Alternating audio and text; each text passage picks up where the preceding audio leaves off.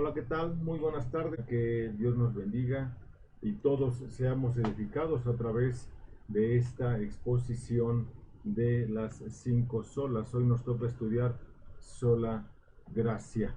Me acompañe a orar, por favor. Incline su rostro ahí donde usted está. Bendito Dios, Padre Santo, damos muchas gracias por tu grande amor, tu bondad, por las maravillas que has hecho en nuestras vidas, Señor. Gracias por las pruebas, porque ellas nos forjan y nos ayudan para ser, ser mejores hijos tuyos y poder demostrar que realmente te conocemos y te amamos, Señor. Gracias por este tiempo, Padre mío, y te ruego que me uses. Úsame, Señor, para que nos quede claro a todos que la salvación que obtenemos y que puede obtener cualquier otra persona es solamente por gracia, por la gracia tuya, la gracia que nos has concedido día con día, Señor. También te ruego que prepares el corazón de todos aquellos que hayan de escuchar este mensaje. Te lo rogamos por las misericordias de nuestro Señor Jesús en la cruz del Calvario. Amén. Bueno, mis queridos hermanos y amigos que nos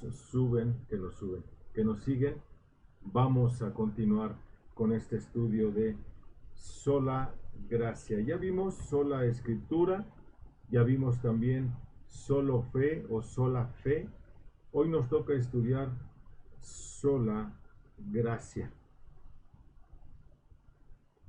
Quiero tomarme unos minutitos para leerle un fragmento de este libro titulado Solamente por gracia o Solo por gracia. El autor es Charles Gordon Spurgeon y dice así: ser justificado es cosa maravillosa. Cosa maravillosa es esta de ser justificado o hecho justo.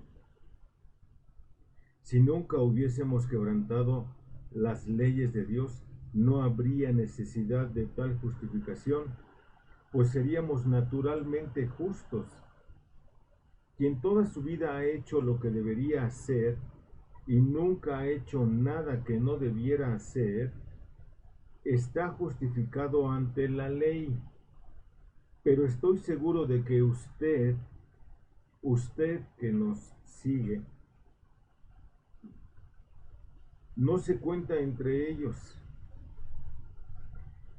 Es demasiado honrado para pretender ser limpio de todo pecado y por lo tanto necesita ser justificado.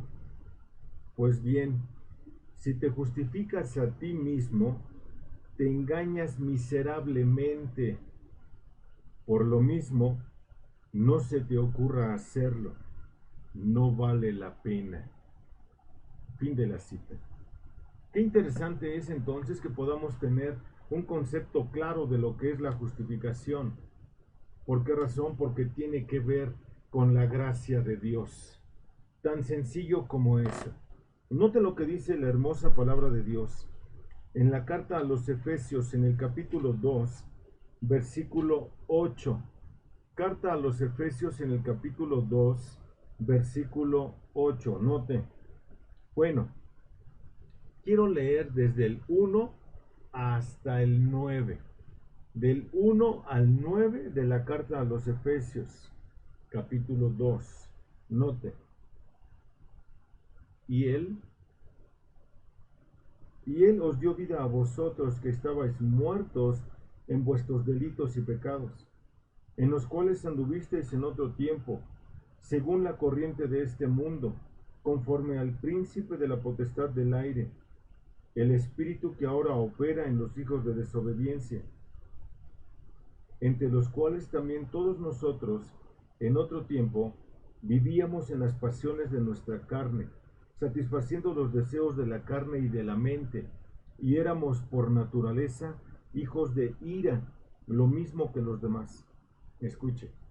Pero Dios, que es rico en misericordia, por causa del gran amor con que nos amó, aun cuando estábamos muertos en nuestros delitos, nos dio vida juntamente con Cristo. Note, por gracia habéis sido salvados. Y con Él nos resucitó, y con Él nos sentó en los lugares celestiales en Cristo Jesús, a fin de poder mostrar en los siglos venideros las sobreabundantes riquezas de su gracia por su bondad para con nosotros en Cristo Jesús. Por gracia habéis sido salvados por medio de la fe, y esto no de vosotros, sino que es un don de Dios. Escuche, no por obras, para que nadie se gloríe. Qué interesante es entonces el que nosotros podamos tener este concepto claro de la condición que tenemos y de la necesidad que tenemos de ser justificados por Dios, no por nosotros mismos, no por méritos propios, como la cita que yo les daba de Charles Spurgeon, ¿no? Hace algunos años, en Inglaterra se celebró un congreso de diferentes religiones, con la idea de reunir expertos de distintos dogmas y comparar sus enseñanzas. En un momento dado, estos expertos se preguntaron si el cristianismo tenía algo particular que no pudiera encontrarse en ninguna otra religión. Pensaron en la encarnación, pero otras religiones tenían a los dioses en formas humanas. Mencionaron la resurrección, pero otras creencias cuentan de personas habiendo resucitado mientras discutían. Y mientras tanto, entró al salón C.S. Lewis, uno de los grandes pensadores y defensores de la fe cristiana, y preguntó a qué se debía la discusión. Ellos le explicaron que estaban discutiendo si había alguna contribución única del cristianismo que no pudiera encontrarse en ninguna de las otras religiones. Sin pensarlo dos veces, C.S. Lewis respondió: eso es fácil. Es el concepto de la gracia. Los llamados expertos tuvieron que concluir que es cierto, que en ninguna otra religión Dios hace un ofrecimiento de su amor y de su salvación completamente gratis, de forma incondicional. Solo en el cristianismo se da esa condición. Solo en el cristianismo.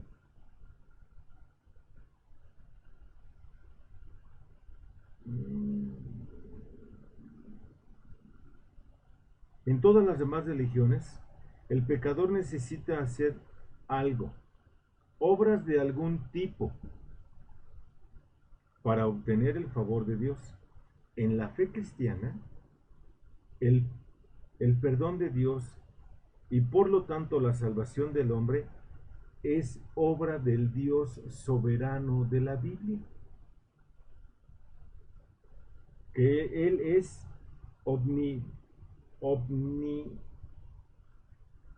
benevolente y misericordioso, que otorga el perdón y el resto de sus beneficios a sus criaturas por la inmensidad de su gracia. Fin de la cita.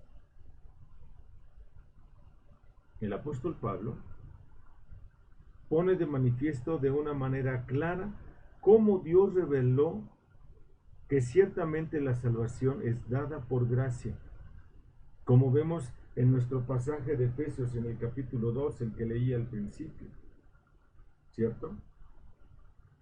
Se dio cuenta en el versículo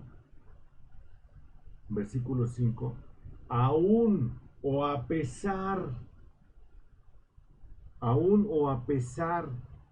de estar muertos o de que estábamos muertos en nuestros delitos, nos dio vida juntamente con Cristo. ¿Se dio cuenta de eso? A pesar de todas esas cosas, a pesar de estar muertos en delitos, recuerde que la paga del pecado es muerte. Recuerde que todos somos pecadores, por consiguiente merecemos la muerte. Y estar muertos, conforme lo que explica aquí este pasaje, es estar muerto en vida. Ahora es una posición tipo un zombie, ¿cierto? Muerto en vida. ¿Por qué razón? Porque nosotros necesitamos que alguien nos rescate. Esta ilustración es como ir en un gran río, un río crecido, y a ver, nade usted allí, nade contracorriente. Por más atleta que usted sea, no creo que avance mucho. ¿Qué va a terminar pasando? Se va a terminar quedando usted demasiado exhausto por el esfuerzo, ¿no es cierto? Y va a llegar un momento en el que se va a soltar. ¿Y qué va a pasar si usted se suelta en la corriente de un río crecido? ¿Qué va a pasar? Se lo lleva, ¿no es cierto?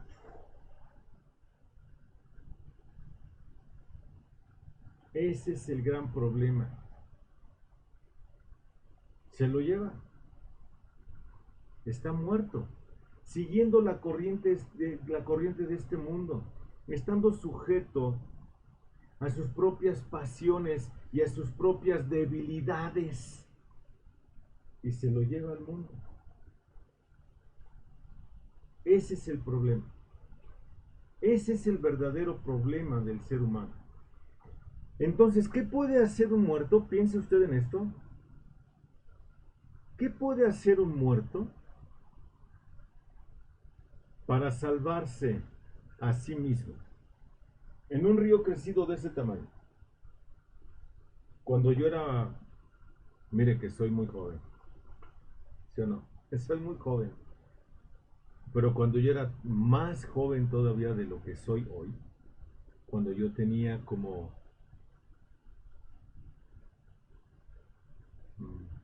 tal vez unos 16 años, 15 años tal vez, fuimos al sureste del país en esta temporada de vacaciones de verano y me tocó ver cómo se desbordaba un río. Creo, no estoy completamente seguro, pero creo que era el río Papaloapan. Es enorme ese río, hermanos. Se desbordó y se llevó todo lo que pudo a su paso. Nadie quería acercarse ahí. Nadie. Por la fuerza del agua. Se lo lleva, hermano. Se lo lleva. ¿Qué puede hacer uno contra eso? Lo que uno necesita, haga de cuenta que, mire, se lo voy a ilustrar. Hagan de cuenta que este pastillerito es, el mundo tiene algunas pastillitas aquí adentro. Y todos están muriendo, están muertos en delitos y pecados. Y viene el río crecido. ¿Quién los puede sacar de ahí? ¿Quién los puede salvar de ahí? Necesitan forzosamente algo que los tome de entre todos estos muertos y perdidos y los tome y los traslade a un lugar seguro. Eso es lo que tiene que suceder. ¿Por qué? Porque nadie puede hacer algo por sí mismo. Un río crecido lleva animales y de todo ahí ya muertos. ¿Qué pueden hacer para salirse de allí si están muertos? Absolutamente nada, ¿no es cierto? Pero Dios, esto es gracia. Pero Dios, que es rico en misericordia, por causa del gran amor con que nos amó, aun cuando estábamos muertos en delitos y pecados, nos dio vida juntamente con Cristo. ¿Notó? ¿Por qué nos dio vida? Porque estábamos muertos en delitos y pecados. Nadie puede salvarse por sí mismo.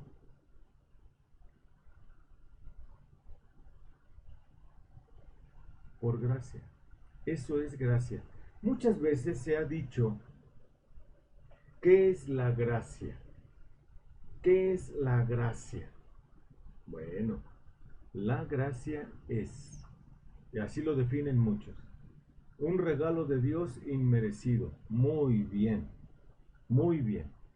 Si yo le doy a usted un regalo,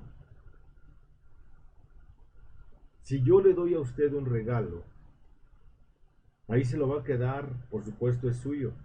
Pero pregunta, ¿nunca lo va a abrir para saber qué es? Ah, pues rapidito, ¿no? Lo abrimos y vemos qué es. Y adentro,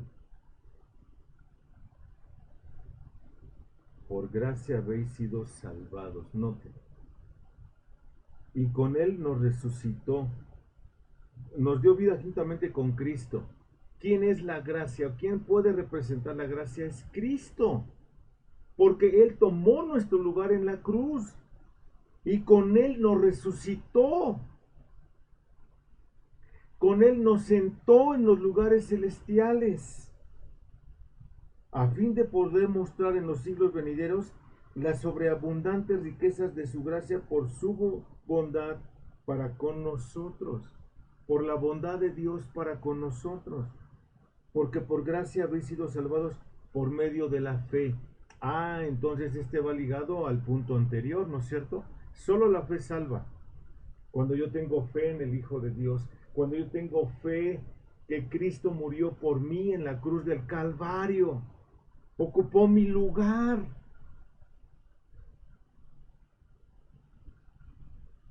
¿cierto? Por medio de la fe, y esto no de vosotros, pues es un don de Dios. Dios nos da esa fe para creer en Él. Este es el punto, ¿cierto?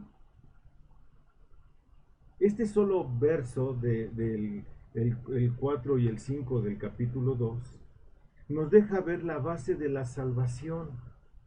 Pero luego cuando Pablo escribe a los romanos, en Romanos 11, 5 y 6, años más tarde, él explica de una forma llana cómo la gracia y las obras se contraponen cuando de la salvación se trata. Leamos, vamos por favor a Romanos capítulo 11, versículos 5 y 6. Note, y de la misma manera, también ha quedado en el tiempo presente un remanente conforme a la elección de la gracia de Dios. Pues si es por obras, ya no es a base de obras. De otra manera, la gracia ya no es gracia. Y si es por obras, ya no es gracia. De otra manera, la obra ya no es obra. Simple y llano lo que Pablo está diciendo. En este pasaje Pablo explica como si las obras contribuyeran a nuestra salvación en cualquier grado. Entonces lo obtenido deja de ser por gracia. Si es por obras, entonces ya no es gracia, ¿cierto? Porque ya entonces ya va implícito el mérito humano y ya no es gracia. Deja de ser gracia si es por las obras. Y si mi salvación es realmente por gracia, ya entonces mis obras quedan excluidas, ya no necesito más. Quizá uno de los conceptos más probablemente entendidos es el de la gracia de Dios hacia los hombres. Muchos que están dispuestos a afirmar que nuestra salvación es enteramente por gracia, a la vez están dispuestos a conceder algún otro rol a las obras. Por esa razón, antes de continuar debemos aclarar primero lo que es la gracia, para luego poder entender con mayor puntualidad cómo se le puede llegar a la salvación. La gracia de Dios puede ser definida como las riquezas de Cristo dadas a nosotros a expensas de su sacrificio, como lo dice aquí el texto, ¿cierto? A expensas de su sacrificio.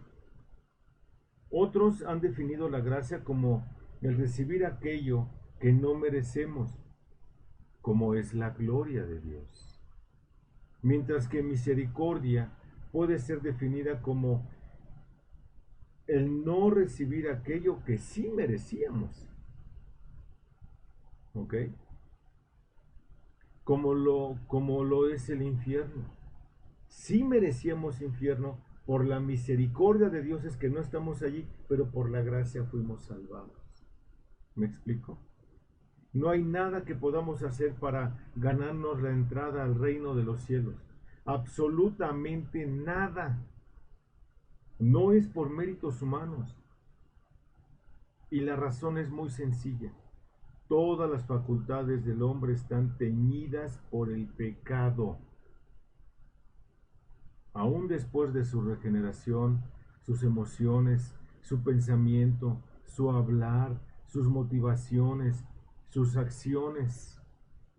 Por lo tanto, nuestras obras no pasarían el escrutinio de la justicia del Dios que es 3 veces santo. Como ya lo expliqué en las lecciones anteriores, ¿qué buena obra hay que realmente pueda justificarlo delante de Dios? ¿Se acuerda que les leí Isaías cuando dije que una de sus mejores obras son como trapos de inmundicia para con Dios? Y como no lo logran justificar, lo van a condenar. Y usted solamente por esa buena obra que usted cree que es buena, pero que para Dios no es buena, porque no lo logra justificar delante de Dios, por esa pequeña buena obra usted necesitaría pasar una eternidad en el infierno. Así de sencillo y así de complicado. ¿Cierto? No hay nada que podamos hacer para ganar la entrada al cielo, hermanos, absolutamente nada. Y la razón es muy sencilla, todas las facultades del hombre están teñidas de pecados. Lamentablemente al hombre, se le hace difícil concebir que no hay nada que él pueda hacer para contribuir a su salvación. Se le hace difícil, ¿por qué? Porque siempre quiere aportar su granito de arena. Si aporta algo, ya no es gracia. ¿Ok? Ya no es gracia. Dado que el hombre prácticamente todo lo que obtiene es del lado de la gloria, está relacionado con algún esfuerzo humano. Nos parecemos mucho al niño de esta historia. Este niño tenía unos 4 o 5 años y era llevado siempre a la iglesia por sus padres. En aquella iglesia se celebraba la comunión una vez al mes, el primer domingo de cada mes. Este día era la norma tomar 2 ofrendas en vez de una.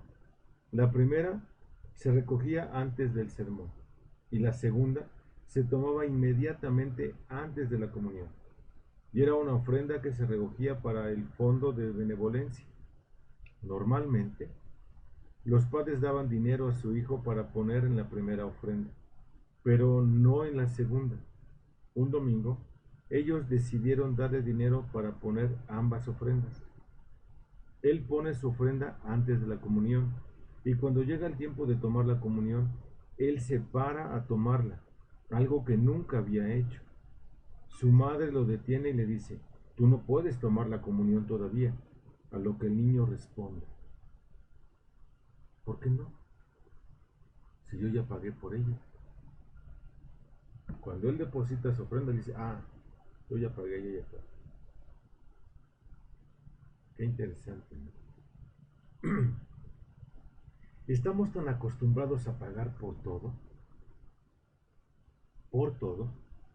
a recibir algún beneficio después de pagar, que no podemos concebir una salvación gratuita. Se nos hace muy complicado y difícil. Gratuita para el hombre, porque lo llevó,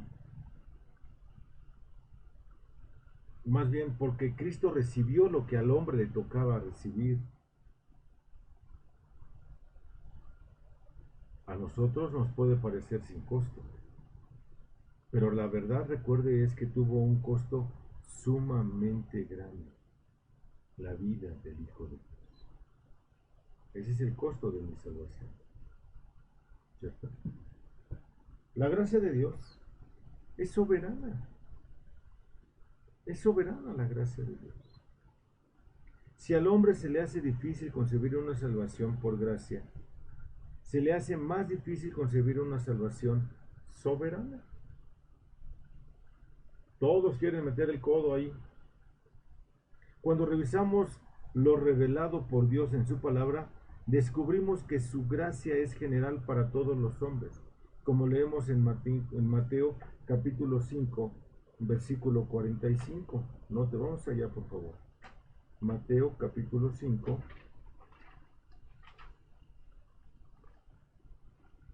versículo 45. La parte B. Hacemos énfasis en la parte B, aunque lo leamos todo. Para que seáis hijos de vuestro Padre que está en los cielos. Escucha esta la parte B. Porque Él hace salir su sol sobre buenos, sobre malos y buenos, y llover sobre justos e injustos. Alcanza para todos. ¿Cierto?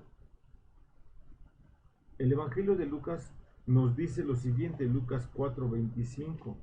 Vamos a Lucas, por favor, hermanos. Lucas 4,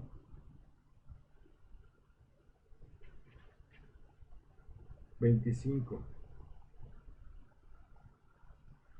Pero en verdad, al 27, pero en verdad os digo, muchas vidas había en Israel en los días de Elías, cuando el cielo fue cerrado por 3 años y 6 meses, y cuando hubo gran hambre sobre toda la tierra. Y sin embargo, a ninguna de ellas fue enviado Elías, sino a una mujer viuda de Sarepta, en la tierra de Sidón.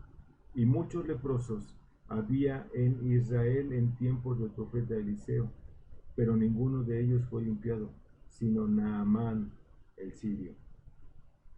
¿Ya vio? Pero es soberano.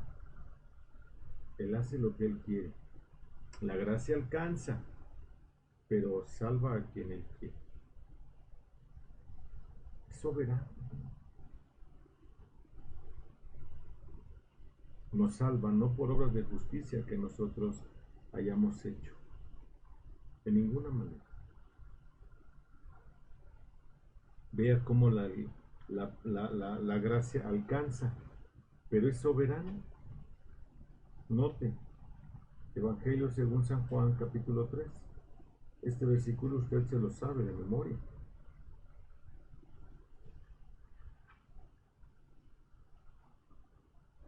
Escuche. Porque de tal manera amó Dios al mundo, que dio a su Hijo unigénito. ¿A cuál mundo? Pues al mundo de gente que llena este globo terráqueo. Ahora note lo soberano de la gracia. Note. Para que todo aquel que cree, solo el que cree, ¿ya se dijo? Solo el que cree en Él no se pierda, mas tenga vida eterna. Escucha otra vez. Porque Dios no envió a su Hijo al mundo para juzgar al mundo, sino para que el mundo sea salvo por Él. Ahí está. Alcanza para todos. Escucha. El que cree en Él no es condenado, pero el que no cree ya ha sido condenado porque no ha creído en el nombre del unigénito Hijo de Dios. Y este es el juicio, que la luz vino al mundo, y los hombres amaron más las tinieblas que la luz, pues sus acciones eran malas. evidenció la luz las acciones de estas personas. ¿Sí? Entonces, ¿cuál es la respuesta del hombre ante la gracia soberana de Dios? La podemos ver en los versículos 28 y 29 de Lucas 4. Y todos en la sinagoga se llenaron de ira cuando oyeron estas cosas, y levantándose, echaron a Jesús fuera de la ciudad, y lo llevaron hasta la cumbre del monte sobre el cual estaba edificada su ciudad para tirar a Jesús desde allí. El hombre no tolera, el hombre no tolera que Dios elija soberanamente cómo Él obrará.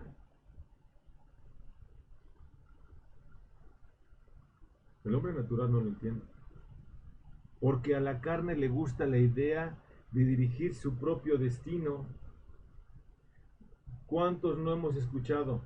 Ay, no, para estar amargado leyendo la Biblia todos los días, no, yo no quiero eso.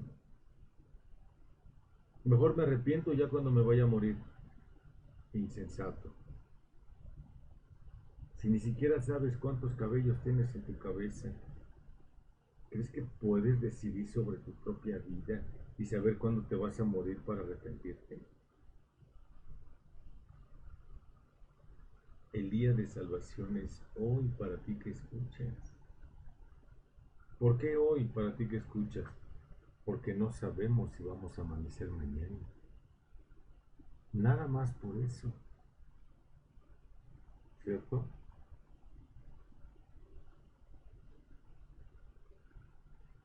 Quizá el pasaje donde vemos más claramente el ejercicio soberano de la gracia de Dios es en Romanos 9, un texto que seguramente ustedes conocen.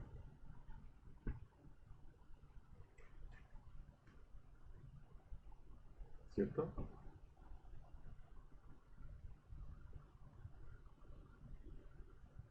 Escuchen.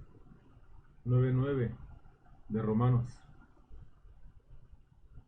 Porque esta es una palabra de promesa.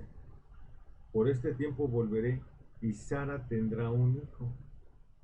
Y no solo esto, sino que también Rebeca, cuando concibió mellizos de uno, nuestro padre Isaac, porque cuando aún los mellizos no habían nacido y no habían hecho nada, ni bueno ni malo, para que el propósito de Dios conforme a su elección permaneciera, no por las obras, sino por aquel que llama la gracia, le dijo a ella, el mayor servirá al menor, tal como está escrito: a Jacob amé, pero a Esaú aborrecí. ¿Ya notó? No es de que yo quiero, es del que cree. Tiene que ver con la fe, con el punto anterior. ¿Sí se dio cuenta? Le voy a hacer una pregunta que le hice en las lecciones anteriores. En el diluvio del Génesis, a cuántas personas salvó el Señor Dios Todopoderoso? ¿A cuántas? Y recuerde esto una vez más. Las personas en aquel tiempo vivían aproximadamente 1000 años, ¿no es cierto? Vivían 1000 años. La Biblia dice que Adán y Eva tuvieron hijos e hijas. Y si una persona en una vida como la que llevamos hoy puede llegar a tener hasta 10 hijos, 11 hijos, que sería un caos en esta época, pero bueno, ¿cuántos hijos podrían tener en aquel tiempo que vivían casi 1000 años? Muchísimo, ¿no?